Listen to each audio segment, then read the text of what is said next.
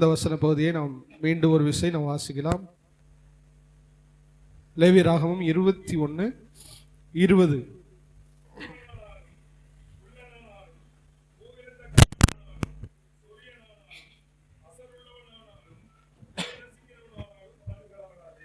ஆண்டவருடைய கிருபையினால தொடர்ந்து நாம் தியானித்து கிட்டத்தட்ட 10வது செய்தி என்று நான் நினைக்கிறேன். 10வது தானே? குருடன், சப்பானி, குறுகின, நீண்ட 4, காலொடிந்தவன் 5, காலொடிந்தவன் 5, கூனன் 6, குள்ளன் 7, பூவிழ்ந்த கண்ணன் 8, சொரியன் 9, அசரு 10. 11வது காரியத்துக்குள்ளே நாம் வந்திருக்கிறோம். எத்தனை பேர் பிரயோஜனமாக இருந்துச்சு? அல்லேலூயா. இதை நீங்கள் இணையதளத்தில் அதை மொத்த குரூப்பாக அந்த 11 மெசேஜையும் சேர்த்து நான் உங்களிடத்தில் அதை நான் குரூப்பாக அந்த யூடியூப்பில் நான் போட்டுறேன். நீங்கள் தொடர்ந்து அதை மற்றவங்களுக்கு அதை நீங்கள் அனுப்புங்க, உங்களுக்கு பிரயோஜனமாக இருக்கும். அல்லேலூயா. இந்த இடத்துல நம்ம வாசிக்கிறோம், விதை நசுங்கினவன் ஆனாலும். இந்த வார்த்தை கொஞ்சம் பைபிளுங்கிறது கண்ணாடி போல, அப்படியே உள்ளதை உள்ளபடி அப்படியே காண்பிக்கிறது தான் பைபிள். உள்ளதை உள்ளபடி எழுதும். அநேக இஸ்லாமிய சகோதரர்கள் சொல்லும்போது சொல்லுவாங்க, பைபிளில் ரொம்ப அருவருப்பாக எழுதியிருக்கு. ரொம்ப எப்படி எழுதியிருக்கு? பைபிளில் அருவருப்பாக ரொம்ப அப்படியே ஓப்பனாக எழுதியிருக்கு அப்படின்னு சொல்லுவாங்க. அவங்க கண்ணாடியில் பார்க்கும்போது அழுக்கு அப்படியே தெரியணும். அப்போ தான் வந்துட்டு உண்மையிலே நம்ம என்ன ஆக முடியும்? சுத்தமாக மாற முடியும். அந்தரங்கம் என்று ஒன்று இருந்தாலும் அது எல்லாருக்கும் அந்தரங்கம் அல்ல. மற்றவங்களுக்கு நம்முடைய காரியம் அந்தரங்கமாக இருக்கலாம், அது நமக்கு அந்தரங்கம் அல்ல. பைபிளில் அவ்வளோ ஓப்பனாக நமக்கு காண்பிக்கிறது. பைபிளில் இங்கே பாருங்கள், விதை நசுங்கினவன் அப்படின்னு போடும்போது அது அந்த சாப்டரையே ஸ்கிப் பண்ணி தாண்டி வேறொரு செய்திக்கு போய்விடுவார்கள். நானும் அப்படி யோசித்தது உண்டு. ஆனால் ஆவிக்குரிய காரியங்கள் எவ்வளவோ இருக்கிறது. அல்லேலூயா. அப்போ இன்னைக்கு இதை தான் நம்ம பார்க்க போகிறோம். இந்த ஒரு முறை தான் இந்த வேர்டை சொல்லியிருக்கிறேன். இதுக்கப்புறம் நீங்கள் இதை எப்படி எந்த வேர்டாக நீங்கள் எடுத்துக்கணும்னா, ஆவிக்குரிய ஆண்மை அற்றவர்கள். எப்படி எடுத்துக்கணும்? இனி இந்த வேர்டை நான் எப்படி யூஸ் பண்ணுவேன் செய்தியில்? ஆவிக்குரிய ஆண்மை அற்றவர்கள் அப்படின்னு நீங்கள் இந்த செய்தியை நீங்கள் எடுத்துக்கொள்ளலாம். அப்போ ஆண்டவர் சொல்கிறாரு, இந்த ஆவிக்குரிய ஆண்மை அற்றவர்களாக இருந்தாலும் அவர்கள் தேவனுடைய ஆலயத்துக்குள்ளே அப்பத்தை என்ன பண்ணக்கூடாதான்? வைக்கக்கூடாது, அவர்களுக்கு தகுதி இல்லை அப்படின்னு சொல்கிறார். இன்னும் சொல்லப்போனால் உபாகமத்தில் சொல்லும்போது தேவனுடைய ஆலயத்துக்குள்ள வருகிற இஸ்ரவேலர்களுக்குள்ள கூட அப்படி இருக்கக்கூடாது.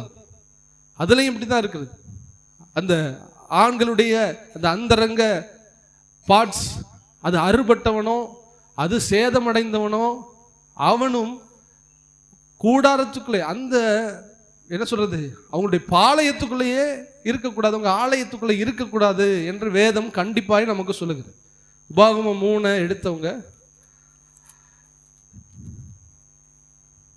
தைரியமாக வாசிக்கிறவங்க, உபாகமம் 3 இல்லையே,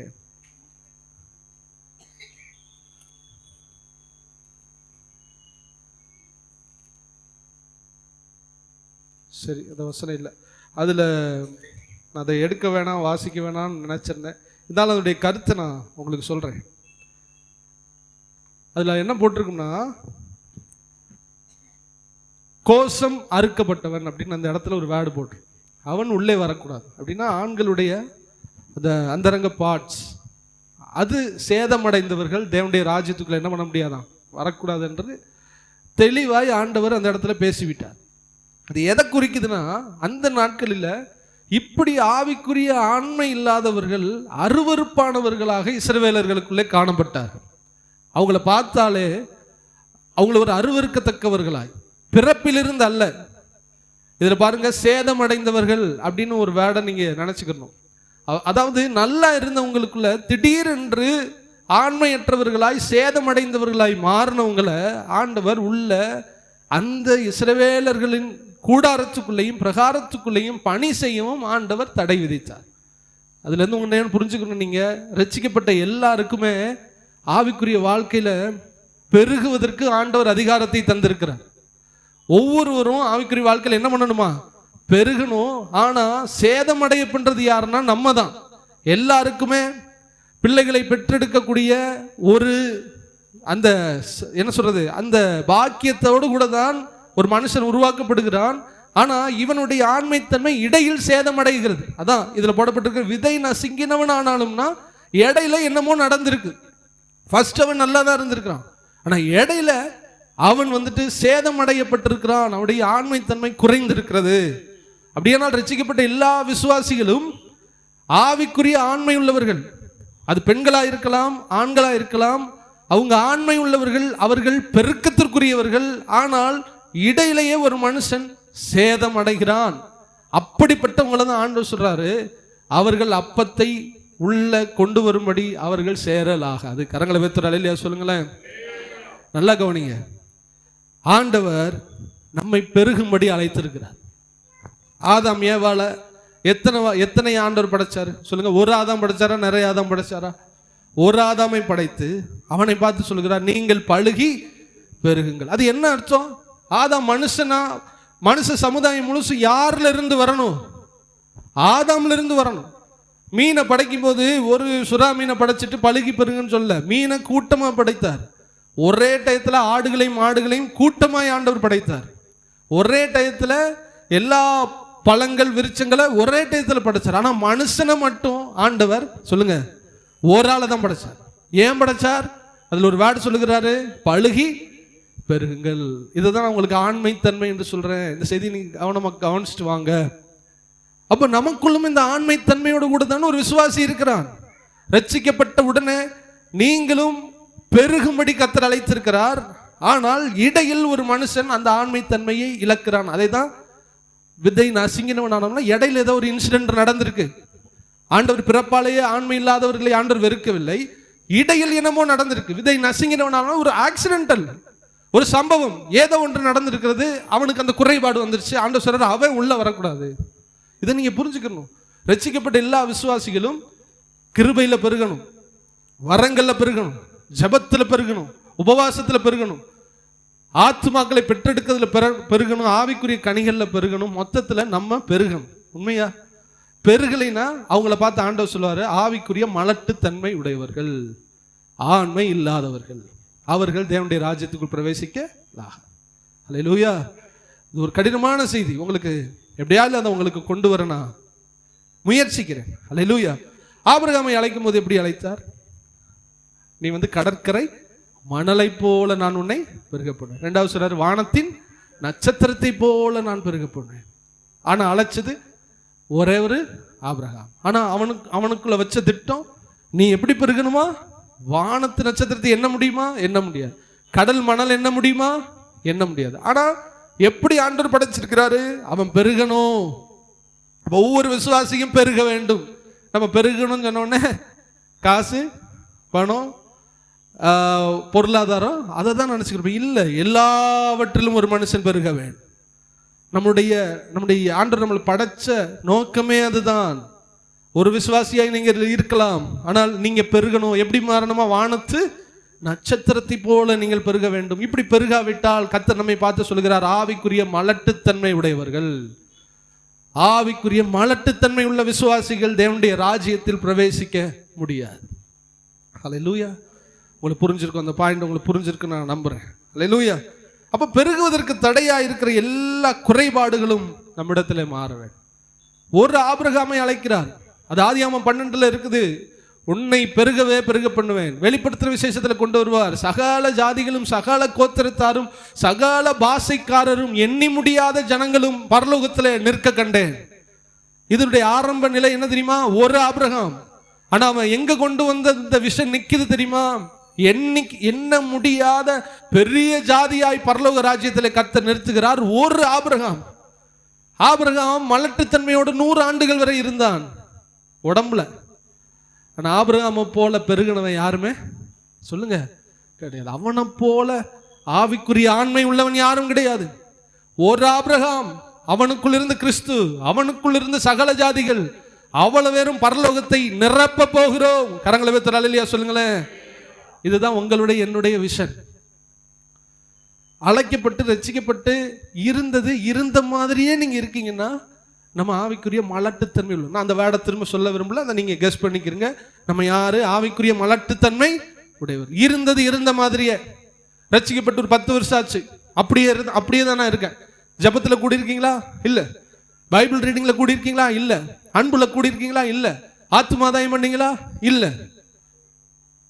கிருபையில கூடி இருக்கீங்களா? இல்ல. ஆண்டவருடைய கேரக்டரை வெளிப்படுத்துறோமா? இல்ல. எதுல தான் கூடி இருக்கோம்? அப்ப ஒரு மனுஷன் எதுலையும் கூடாமல் எதுவுமே செய்யாமல் ஒரு மனுஷன் இருந்தது இருந்த மாதிரி இருந்தா ஒரு விதையை நீங்க போட்டு அது முளைக்காமல் இருக்கிறதுக்கு சமம். அப்படிப்பட்டவர்கள் தேவனுடைய ராஜ்யத்திற்கு போக முடியாது. அவர்கள் ஆவிக்குரிய மலட்டுத்தன்மை உடையவர்கள். அவங்களதான் சொல்றாரு நம்ம தியானிக்கிற 11வது காரியம். ஆவிக்குரிய மலட்டுத்தன்மை உடையவர்கள் தேவனுடைய ராஜ்யத்திற்குள் பிரவேசிக்க முடியாது. இன்னைக்கு நீங்கள் நானும் எப்படி இருக்கோம் கொஞ்சம் யோசிச்சுக்கிறீங்க. வருஷம் எத்தனாச்சு? நம்மளை கொண்டு என்ன நடந்திருக்கு? நம்மளை கொண்டு நம்ம வீட்டில் எல்லாம் நடந்திருக்கு. அது ஆண்டவர் எடுத்துக்கிற மாட்டார். நம்மளை கொண்டு நான் வீடு கட்டினேன் பிரதர், அது உங்க விஷயம். என்னை கொண்டு என் குடும்பத்தில் கரையேற்றின பிள்ளைகளை, அது உங்களுடைய காரியம். என்னை கொண்டு என் பிள்ளைகளை படிக்க வச்சு, அது உங்களுடைய காரியம். நம்மை கொண்டு தேவனுடைய ராஜ்யத்துக்கு என்னதான் லாபம்? என்னதான் நம்ம செஞ்சோம்? இந்த உணர்வு இல்லாவிட்டால் தேவனுடைய ராஜ்யத்துக்கு போகும்போது ஆண்டவர் நம்மை பார்த்து கேட்பார், நீ ஆவிக்குரிய மலட்டுத்தன்மை உடையவன், நீ ஆவிக்குரிய மலட்டுத்தன்மை உடையவள், உன்னால் என்னுடைய ராஜ்யத்திற்கு ஒரு பிரயோஜனமும் கிடையாது. என்னையும் சேர்த்து தான் ஆண்டவர் சொல்லுவார். இன்னும் வர அந்த வார்த்தைக்கு நான் பயந்து கொண்டே தான் இருக்கு. ஆண்டவரே, நான் என்ன பண்ணோம் இத்தனை காலங்க ஊழியம் வந்துச்சு, நாங்கள் என்னதான் செஞ்சோம்? ஏதாவது உருப்படியாக என்னாவது பண்ணியிருக்குமா? மேலே வந்தால் நாங்கள் என்ன செய்ய போகிறோம்? என்ன பதில் சொல்லணும்? ஒவ்வொருவரும் உங்களுடைய வாழ்க்கை குறித்து கணக்கு கொடுக்க வேண்டும். நம்ம பெருகியே ஆக வேண்டும். நீங்கள் பழுகி பெருகுவீர்களாக. அல்லேலூயா. அப்ப கடற்கரை மணலை போல, வானத்து நட்சத்திரத்தை போல, பூமியின் சூளை போல எண்ணி முடியாத ஜாதியாய் நாம் பெருக வேண்டும். அப்ப இயற்கையா நமக்குள்ள வச்சுட்டார். நமக்குள்ள யார் இருக்கிறா? ஜீவனுள்ள தேவன் இருக்காரா இல்லையா? ஜீவன் இருக்கா? அப்ப ஜீவன் இருந்தா ஜீவனை பிறப்பிக்க வேண்டும். எல்லாருக்குள்ளயும் இதை வச்சுட்டா. அப்ப இடையில தான் என்னமோ நடந்திருக்கு. இடையில தான் இந்த மலட்டுத்தன்மை வந்திருக்கு நமக்கு. இடையில தான் நம்ம ஆவிக்குரிய வாழ்க்கையில ஒரு மலட்டுத்தன்மையை சந்தித்திருக்கிறோம். அதனால எந்த இடத்துல எப்படி நம்ம ஆவிக்குரிய காரியத்தில் மலட்டுத்தன்மையா மாறிட்டோம்னு கொஞ்சம் நீங்க யோசிங்க. என்னால் பிறருக்கு ஆறுதல் இல்லை, என்னால் தேவராஜ்யத்துக்கு யூஸ் இல்லை, என்னால் ஆண்டவருக்கு ஒரு பைசாவுக்கு பிரயோஜனம் இல்லை அப்படின்னா யோசிச்சுக்கிறங்க. எனக்கு எப்படி இந்த மலட்டுத்தன்மை வந்தது? என்னை அழைக்கும் போது நீ பெருகணும் தானே அழைச்சிருப்பாரு. ஆபிரகாமுடைய ஆசீர்வாதம் தானே எனக்குள்ள இருக்குது. ஆனா எனக்குள்ள அப்படி ஒரு பெருக்கம் இல்லையே. ஏன் இல்லை? ஆண்டவரே, நான் மரிப்பதற்கு முன்பாக நான் ஒரு பிள்ளையாகிலும் பார்த்து தான் நான் மறிக்கணும். இவ கேட்கிறா. யாரு கேட்கிறா? சாமியலுடைய தாயார் கேட்கிறா, எனக்கு ஒரு பிள்ளையை தார், ஒரு பிள்ளை தாரும், நான் மலட்டுத்தன்மையா இருக்கேன், சாகருக்கு முன்னாடி ஒரு பிள்ளையை தாரும், நான் அவளுக்கே உங்களுக்கே தந்தேன். ஒரு பெண்ணா இருக்கிறவளுக்கு ஒரு குழந்தை ரொம்ப ரொம்ப அவசியம். அந்த பெண் குழந்தை இல்லாம ரொம்ப நிந்தனை அவமானத்தோடு இருந்து கேட்கிறா, எனக்கு ஒரு ஆண் குழந்தை நீ தருவீரானால். எவ்வளவு நிந்த தெரியுமா? அவளுக்கு குழந்தை இல்லை, நிந்திக்கிறா, அழுக, கண்ணீர், குழந்தை இல்லைன்னு பேச்சு. ஒரு பெண்ணுக்கு தான் தெரியும் அதோடைய அவமானம். இது போல தேவனுடைய ராஜ்யத்துல ஒரு அவமானம் இருக்குது. உங்களுக்கு தெரியுமா? என்ன அவமானம் தெரியுமா? உன்னை ரட்சிக்கப்பட்டு சாப்பாடு கொடுத்து, சோறு கொடுத்து, பிரசங்கம் பண்ண வச்சு, பாட்டு பாடி, ஆராதனையில லைட்டை போட்டு, ஃபேனை போட்டு, நம்மளை இங்கே சொல்லலை, உங்க சபையை சொல்றேன், என்னென்னமோ பண்ணி, தொண்டை தண்ணி போக என்னென்னமோ பண்ணி நீ ஒத்தால வந்திருக்கேப்பா அப்படின்னு நம்மளை பார்த்து கேட்பாரா? கேட்க மாட்டாரா? நீங்கள் நானும் இதை இன்று புரிந்து கொள்ளவேன். காலம் கடைசியா இருக்கிறது. நம்ம இறங்கி கிரியை செய்யக்கூடிய காலமாக இருக்கிறது. அல்லேலூயா. சரி, உங்களுக்கு 2 ஆவிக்குரிய காரியத்தில் உள்ள 2 மலட்டுத்தன்மை 2 விஷயத்துல மாறணும். மேஜரா முக்கியமா அதை மட்டும் சொல்லி நான் நிறைவு செய்ய போகிறேன். ஃபர்ஸ்ட் பார்த்தீங்கன்னா ஏசாயா 56:3 இந்த மலட்டுத்தன்மை உள்ளவனை ஒரு வேர்டு சொல்லி ஆண்டவர் கூப்பிடுகிறார். அன்னகன். அவனுக்கு பேர் என்னது? அன்னகர் அப்படின்னு ஒரு வேர்டை சொல்றாரு. ஏசாயா 56:3 கீழ்ப்பகுதியில் இருக்கும். எடுத்தவங்க வாசிக்கலாம்.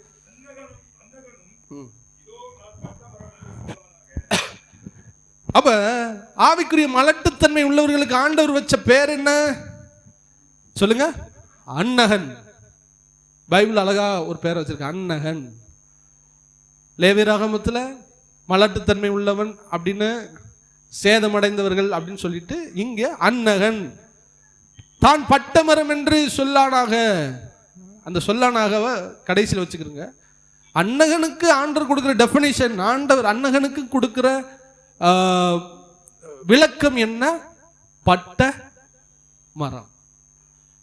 ஆவிக்குரிய வாழ்க்கையில மலட்டுத்தன்மை உள்ளவர்களுக்கு ஆண்டவர் கொடுக்கிற பெயர் என்ன சொல்லுங்க? பட்ட மரம். இந்த ஃபேன் ஆவிக்குரிய வாழ்க்கையில மலட்டுத்தன்மையா இருக்கிறவங்களுக்கு ஆண்டவர் என்ன பெயர் சொல்றாரு சொல்லுங்களேன்? பட்ட மரம். நீ எத்தனை பேர் பெருகாமனா அப்படியே இருக்கிற, நான் ஆவிக்குரிய வாழ்க்கையில நான் பெருகவே இல்லை அப்படின்னா ஆண்டவர் நமக்கு வைக்கிற பேர், பைபிள் நமக்கு சூட்டுகிற பேர் பட்ட மரம். ஒரு குழந்தை இல்லாதவங்களை பார்த்து என்ன சொல்லுவாங்க நம்ம ஊர்ல?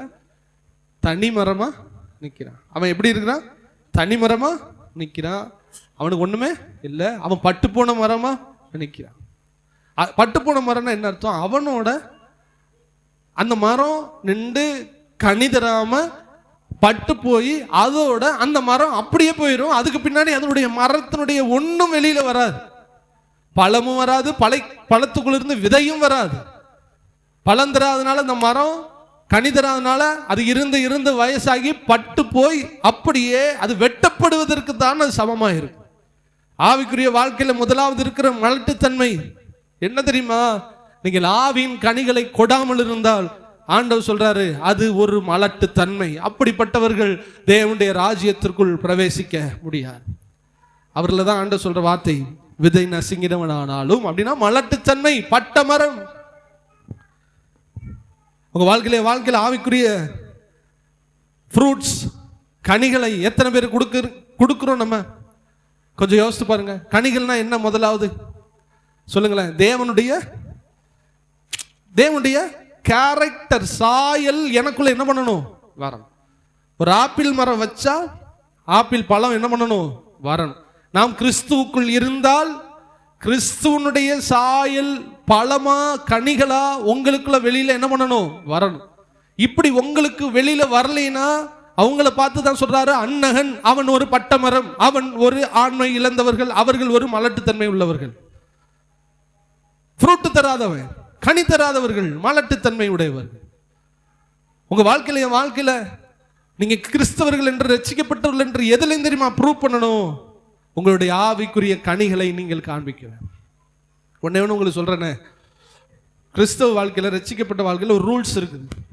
நல்ல கனிகளை கொடுக்கலைனா கெட்ட கனி தான் வரும். சொல்லுங்க, நல்ல கனிகளை கொடுக்கலைனா. ஆனா பைபிள் உலகத்தின்படி பார்த்தா கனி இல்லைன்னா அது வெறும் மரமா இருக்கும். ஆனா பைபிள் படி நல்ல கனி கொடுக்கலைன்னா அது என்ன வரும்? கெட்ட கனி தான் வரும்.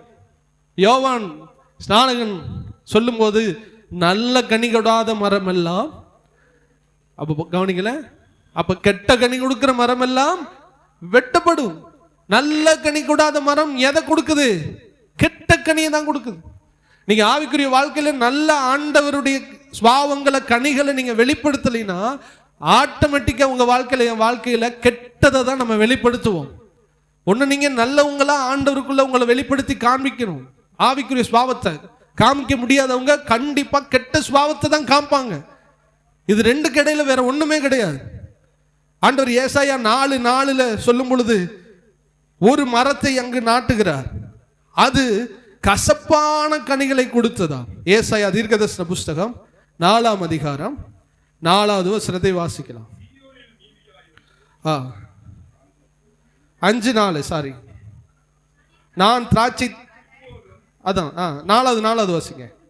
5வது அதிகாரம் 4வது வசனம்.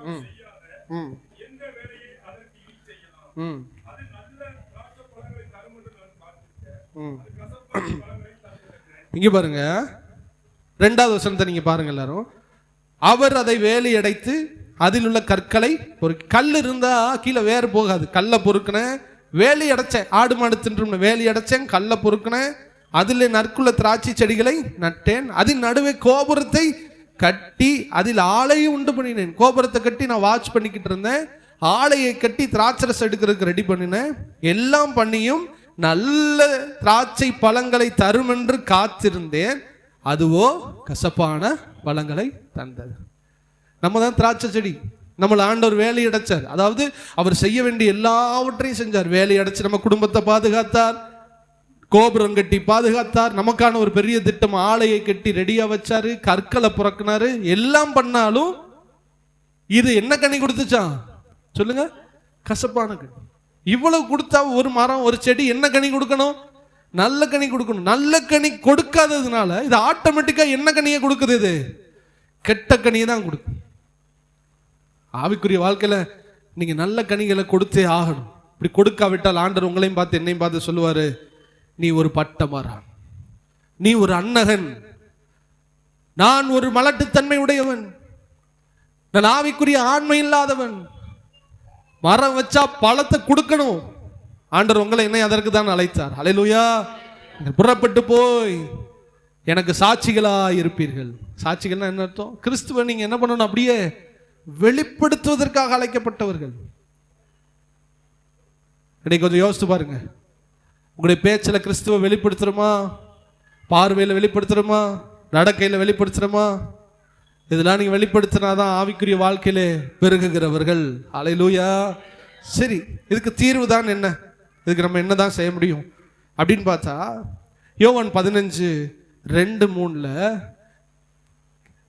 யோவான் 15 வாசிக்க.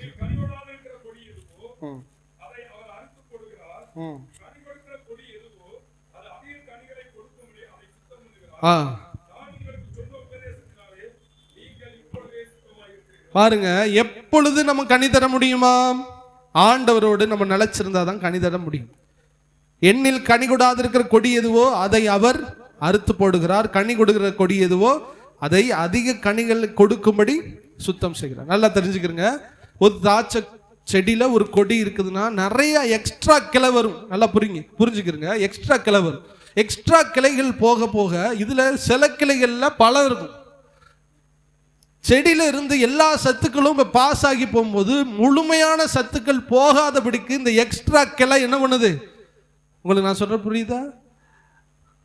ஒரு டேங்க்ல இருந்து ஒரு 1000 லிட்டர் டேங்க்ல வீட்டுக்கு வர்ற பைப்பு ஒன்று இருக்குது. ஒரு பைப்பு உடஞ்சி ஓடுதுன்னா தண்ணிலாம் எங்க போகும்? உடஞ்சி வர்ற இடத்துக்கு போயிட்டு நமக்கு கொஞ்சம் தான் வரும். எங்கேயோ லீக்கேஜ் இருக்கு. செடியில இருந்து கொடிக்கு போற வழியில ஒரு சில கொடிகள்ல தான் பழங்கள் வரும், மிச்ச தேவையற்ற கொடிகள் இருக்கும். இங்க சொல்றாருல, கனி தரும்படி அதிக கனிகளை கொடுக்க முடியாது, அதை சுத்தம் செய்கிறார். அப்படின்னா என்ன அர்த்தம் தெரியுமா? கட் பண்றாருன்னு அர்த்தம். சுத்தம் செய்கிறாருன்னு என்ன அர்த்தம்? எதை கட் பண்றாரு? தேவையற்றதை. உங்க மலட்டுத்தன்மை மாறி பட்டமரமா இருக்கிறது மாறி கிறிஸ்தவ வாழ்க்கையில நல்ல கனிகளை கொடுத்து தேவனுக்கு முன்னாடி நீங்க ஆவிக்குரிய மலட்டுத்தன்மை இல்லாதவர்கள் சந்ததிகளை உருவாக்குகிற ஆண்டவர்கிட்ட பேர் வாங்கணும்னா நீங்க கனி தரணும். கனி தரணும்னா உங்கள்கிட்ட இருக்கிற எக்ஸ்ட்ரா திங்ஸ், உலகத்தை பார்க்கிற பார்வையா கட் பண்ணணும், சோம்பேறித்தனமா கட் பண்ணணும், ஆடம்பரமா கட் பண்ணணும், ஏன் கவலையா கட் பண்ணணும், துக்கமா கட் பண்ணணும். உங்கள்கிட்ட இருந்து நீங்க கனி தர முடியாதபடி வேறு வழியில உங்களை டைவர்ட் பண்ற எல்லா விஷயத்தையும் கட் பண்ணும் பொழுதுதான் நீங்கள் ஆவிக்குரிய வாழ்க்கையில கனி தருகிறவர்களாய் மாற முடியும். அல்லேலூயா. சொல்ற, நான் உங்களுக்கு சொன்ன உபதேசத்தினால இப்பொழுது நீங்கள் சுத்தமாயிருக்க. கிளைகளை கட் பண்றவர் ஆண்டவர். கட் பண்ற டூல் எது தெரியுமா? கத்தரி, வசனம், பிரசங்கம். ஒரு பிரசங்கத்தை கேட்டா உங்க கிளையில இருக்கிற எக்ஸ்ட்ராவை கட் பண்ணிட்டு தான் நீங்க போகணும். அல்லேலூயா. நீங்க உங்க சர்ச்சா இருந்தாலும் சரி, உங்க சபையா இருந்தாலும் சரி, நீங்க ஒரு யூடியூப்ல பார்த்தாலும் சரி, நீங்க இங்க கேட்டாலும் சரி, எக்ஸ்ட்ரா கிளைகளை கட் பண்ற செய்தி உங்களுக்குள்ள வருகிறதா? அப்படி வந்தா நீங்க ஆவிக்குரிய கனிகளை கொடுப்பீர்கள். வளரட்டும், சைடில் அது பாட்டுக்கு வளர்ந்து போகட்டும் விட்டுட்டாங்கன்னா அப்படிப்பட்ட ஒரு செய்திகளை நீங்க கேட்குறீங்க. இல்ல பைபிள் படிக்கும் போது உங்களை உணர்த்துற, உங்களை எச்சரிக்கிற செய்தி இல்லாம உங்களை கட் பண்ற எக்ஸ்ட்ரா காரியத்தை கட் பண்ணாத வசனம் தான் உங்க கண்ணுக்கு தெரியுதுன்னா நம்ம ஆவிக்குரிய வாழ்க்கையில கனிகள் கொடுக்க முடியாது.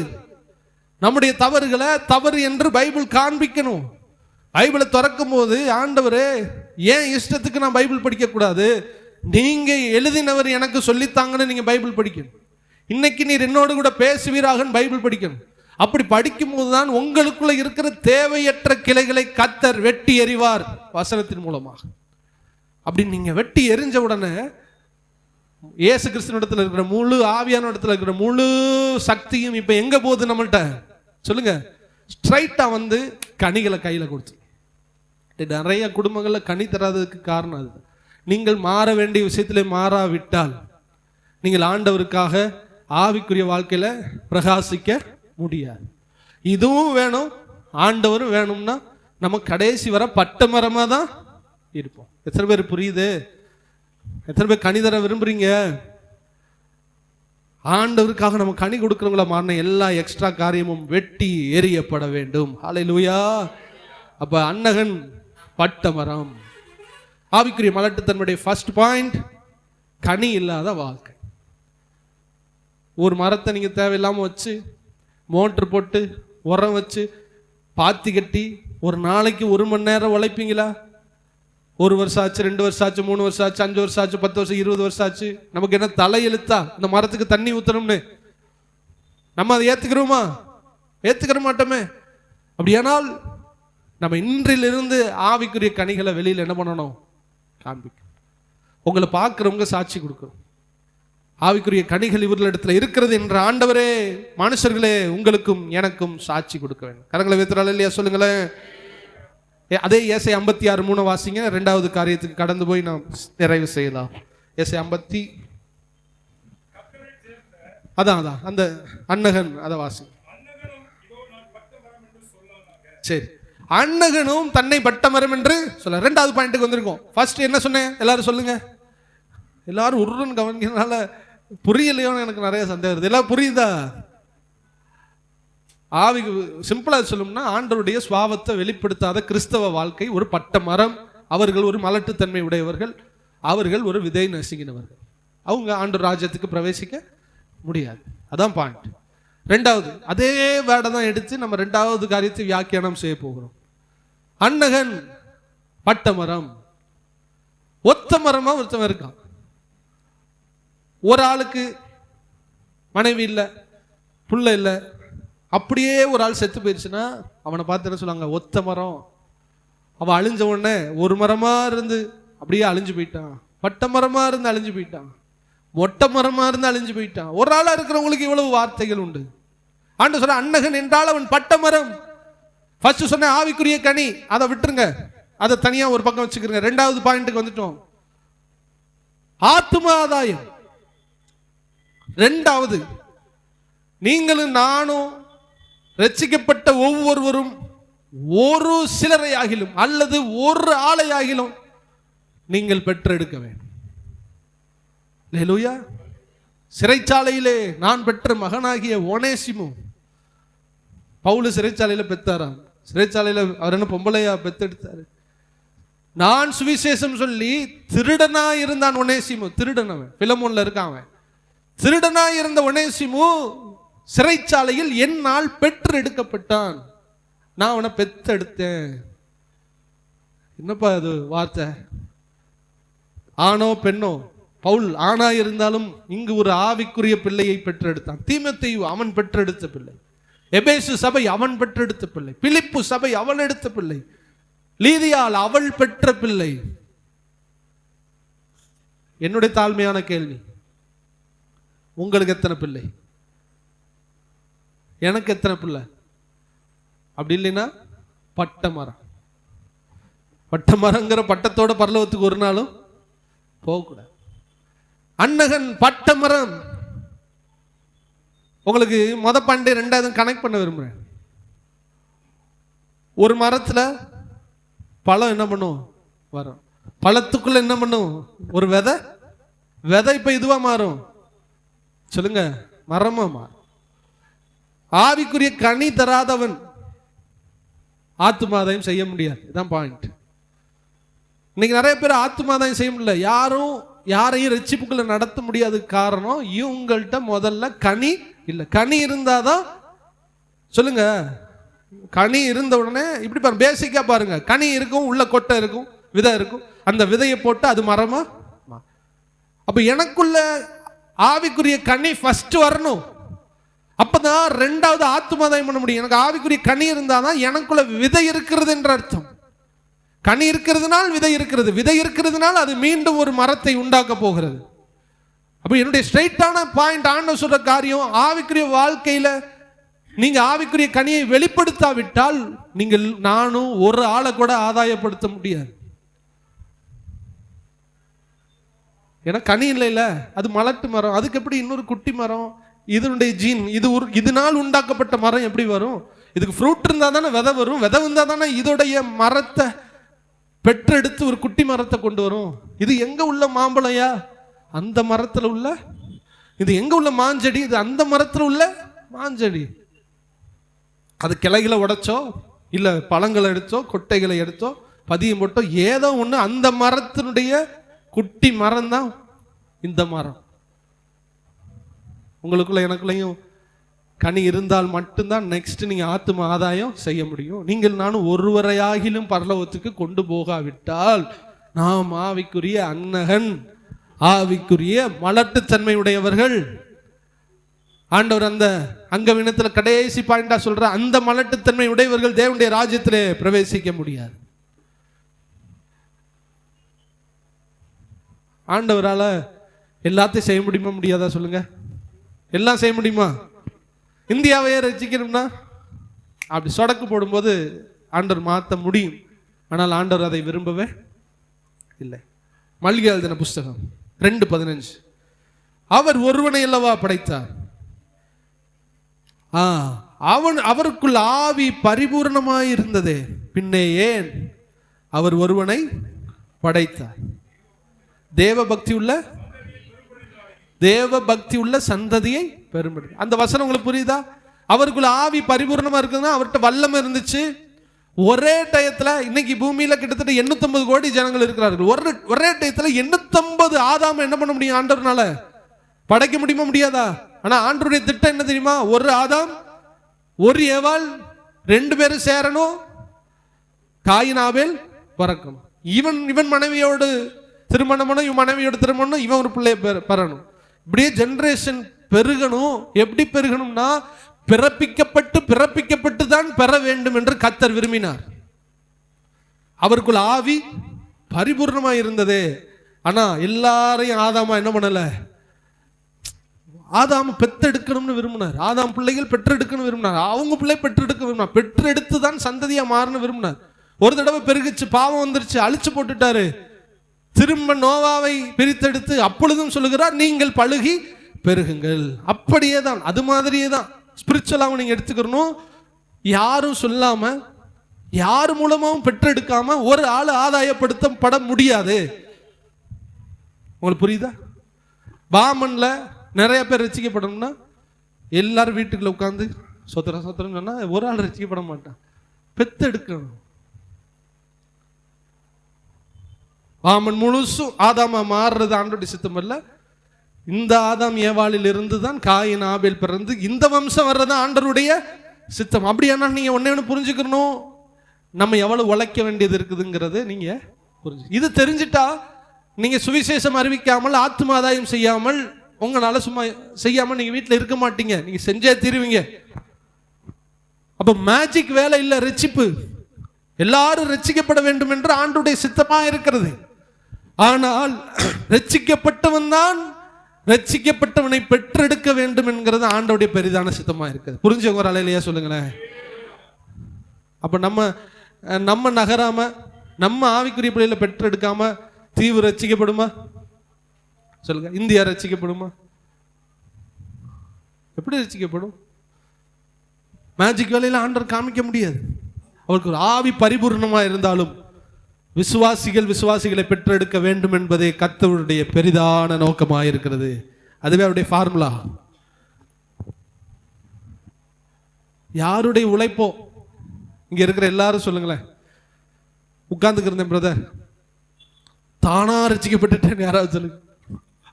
உட்கார்ந்துக்கிட்டு இருந்தேன், திடீர்னு நானா ரசிக்கப்பட்டேன். ஒருத்தர் கிடையாது. எங்க குடும்பத்தை தேடி ஒரு பாஸ்டர் வந்தார். அதன் மூலமாய் நாங்கள் பிறப்பிக்கப்பட்டோம். இப்ப ஏன் மூலமா ஒரு ஆள் ரசிக்கப்படுதுன்னா, அவங்க மூலமா நான் ரசிக்கப்பட்டு பெற்றெடுத்தாங்க, என் மூலமாய் ஒருவர் பெற்றெடுக்கப்படுகிறார். இப்ப அவங்க இன்னொரு ஆள்கிட்ட போய் சொல்றாங்கன்னா அவங்க இன்னொருத்தவரை பெற்றெடுக்கிறாங்க. உங்களுக்கு புரியுதா? யாரோ ஒருவர் என்னை பெற்றதால் தான் நான் பூமியில வந்தேன். மாம்சத்தில் வருவான். வானத்திலிருந்து யாராவது வந்தேன்னு சொன்னீங்களா? இங்க இருக்கீங்களா? வானத்திலிருந்து பிரதர் அக்டோபர் 1ஆம் தேதி வானத்திலிருந்து பொத்துன்னு கீழே, என் பிறந்த நாள் தான் அது, 1985 மேல இருந்து சொத்துன்னு கீழே விழுந்தேன், பிறந்துட்டேன். என்னை பெற்றெடுத்தவர்கள் ஒருவர் உண்டு.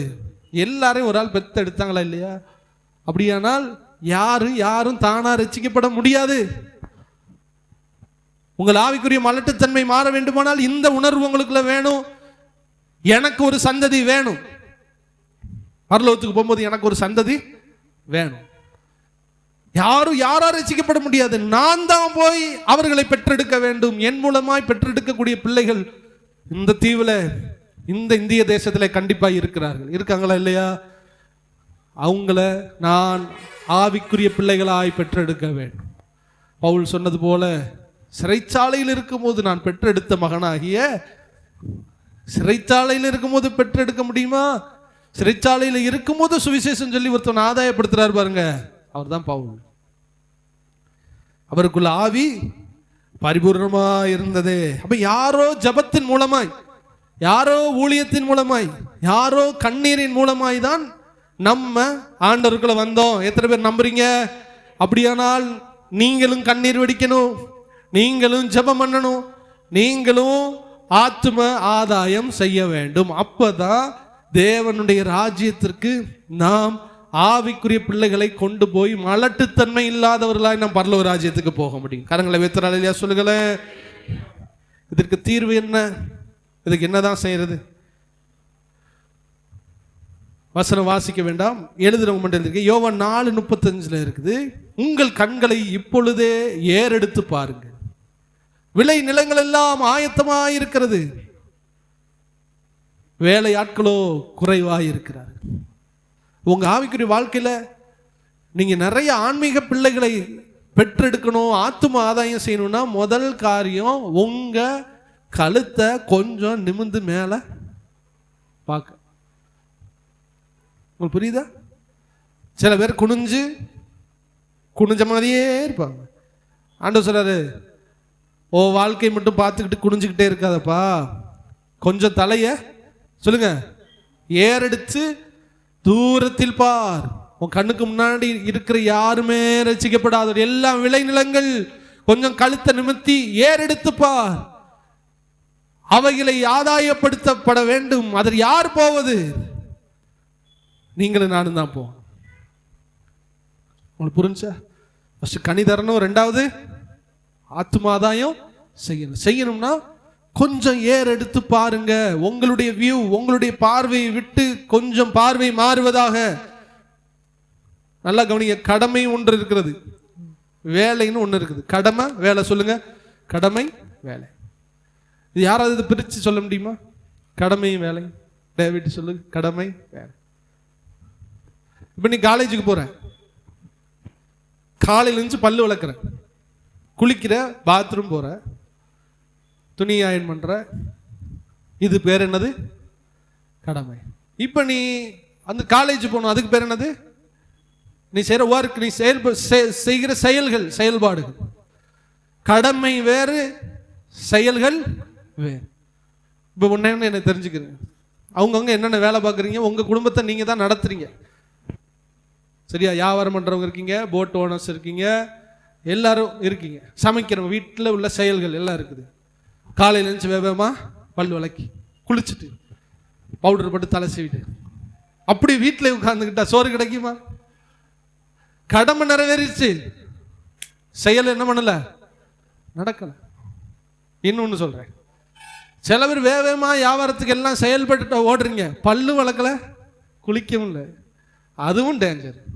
கடமை மட்டும் செஞ்சு செயல் செய்யாம இருக்கிறதும் ஆபத்து, செயல் மட்டும் செஞ்சு கடமை செய்யாம இருக்கிறதும் ஆபத்து.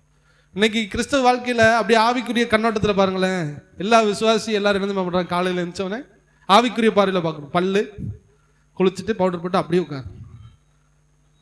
எப்படி தேவராஜ்யம் கட்டப்படும்? பல்லு வளர்க்கறது, குளிக்கிறது என்ன தெரியுமா? உங்களுக்கு புரிஞ்சிருக்கும். ஜெபம் பண்ணுவோம், பைபிள் படிப்போம். நிறைய பேர் நினைப்பாங்க இது பெரிய ஊழியமா, இதுக்கு கிரீடம் தருவார் போல அப்படின்னு. ஒரு கிரீடம் கிடையாது. நீங்க பைபிள் படிச்சா அவர் இதுக்கு கிரீடம் தரணும். சொல்லாங்கல்ல, நான் கஷ்டப்பட்டு உங்கள் பிள்ளைய வந்துட்டு ஒரு வேலையும் செய்ய மாட்டேங்கடா அப்படின்னு திட்டுறீங்கன்னா உங்கள் பிள்ளை சொல்கிறான்னு வச்சுக்க, நான் கஷ்டப்பட்டு பல்லு விளக்கியிருக்கேன் தெரியுமா. அவன் பல்லு விளக்குறான், நமக்கு என்ன, நமக்கு அவன் இல்லைன்னா என்ன, அவன் பல்லு விளக்குறான் அவன் பல்லுக்காக. நீ கடைக்கு போனியாடா, நீ வீட்டுக்கு என்னடா உதவியா இருக்க, நான் பல்லு விளக்குனேன், நான் கஷ்டப்பட்டு குளித்தேன், குளிக்கலைன்னா நாறிடுவேன். இன்னைக்கு ஆண்டர்கிட்ட போய் உங்களை பார்த்து இதே கேள்வி தான் கேட்பேன், நீ என்ன மகனே செஞ்ச, பல்லு விளக்குனேன் குளிச்சேன். அப்படி இல்லைன்னா நீ நாரி இருப்ப. பைபிள் படித்தேன் ஜெபம் பண்ண ஆண்டவரே சொல்லுவார், நீ பைபிள் படிச்ச ஜெபம் பண்ணலைன்னா நீ நாரி போயிருப்ப. எனக்கு என்னடா வேலை செஞ்ச, பல்லு விளக்குனேன் குளிச்சேன் அவ்வளவுதான் ஆண்டவரே. ஒரு வேலைக்கும் போலையா, ஒரு வேலைக்கும் போல. வேலை செய்யாதவன் உழைக்காதவன் உன பரலோகத்தில் ஒரு இடமும் கிடையாது. அங்கேயும் போய் பல்லு விளக்கிட்டு குளிச்சுட்டு அப்படியே போய் உட்காரு. கடமை செயலையும் பிரிச்சுட்டீங்களா? நிறைய பேர் கடமை தான் செய்யறோம். பெரிய இதெல்லாம் நான் பார்த்து அனுபவிச்சதை சொல்றேன். நம்ம பைபிள் படிக்கிறதுனால தேவனுக்கு ஒரு பிரயோஜனமும் ஏதாவது இருக்கா? நீங்க பைபிள் படிச்சா அவருக்கு ஏதாவது யூஸ் இருக்கா? என் மகன் வந்துட்டு இன்னைக்கு யோவானை படிச்சுட்டான் அப்படின்னு அவருக்கு ஒன்றும் ஒரு யூஸும் கிடையாது. பைபிள் படிச்சா யாருக்கு யூஸ்? உங்களுக்கு தான் யூஸ். ஜெபம் பண்ணா என்ன யூஸ்? உங்களுக்கு தான் யூஸ். தேவனுக்கு என்ன யூஸ்? அதை செய்யாவிட்டால் நீங்க உங்க கடமையை மட்டும்தான் செய்றீங்க, தேவனுடைய ராஜ்யத்துக்காக ஒண்ணுமே செய்யல. அதான் நீங்க நீட்டா குளிச்சு கிளம்பிட்டு வேலைக்கே போகாம வீட்டுக்குள்ள உட்கார்ந்துருக்கிறதுக்கு சமம். கிறிஸ்தவ ரட்சிக்கப்பட்ட வாழ்க்கையில் அப்படி இருக்கீங்களா? ஆண்டவர் இப்படியே பார்ப்பார். வெவ்வேமா காலையில் கிளம்புவாங்க, ஜான்பாலம் கிட்ட கிளம்ப, டேவிட்டு கிளம்ப, கஷ்டர்கள் எல்லாரும் கிளம்புவாங்க. தேவனுடைய ராஜ்யம் கட்டி பிச்சை எடுக்க போறாங்கடா ஊழியத்தை பார்த்தீங்கன்னா எல்லாம் பவுடர் போட்டு குளிச்சுட்டு 9 மணிக்கு உட்காருவாங்க, நைட்டு 10 மணி வரை அப்படியே உட்காந்து. சாயந்தரம் ஒரு தடவை முகத்தை கழுவா சில பேர், பவுடர்லாம் போட்டு திரும்ப உட்கார். என்னடா கிளம்பிக்கிட்டே இருக்கா, எங்கேயும் போக மாட்டேங்கிறானே. தேவனுடைய ராஜ்யத்துக்கு எந்த யூஸுமே இல்லாம நம்ம கடமை செய்கிறதுனால எந்த பிரயோஜனமும் அல்ல. அதுக்கு தான் சொன்னேன், குனிஞ்சே இருக்காதீங்கப்பா, கொஞ்சம் உங்க தலையை நிமிர்ந்து வயல் நிலங்களை பாருங்க. அறுப்பு மிகுதி, வேலையாட்களோ குறைவு. ஏசாயா 40 சொல்லும் போது 9 சீயோன் என்னும் சுவிசேஷகியே நீ உயர்ந்த மலைகளில் ஏறு. ஏசாயா 40:9 வாசிங்க.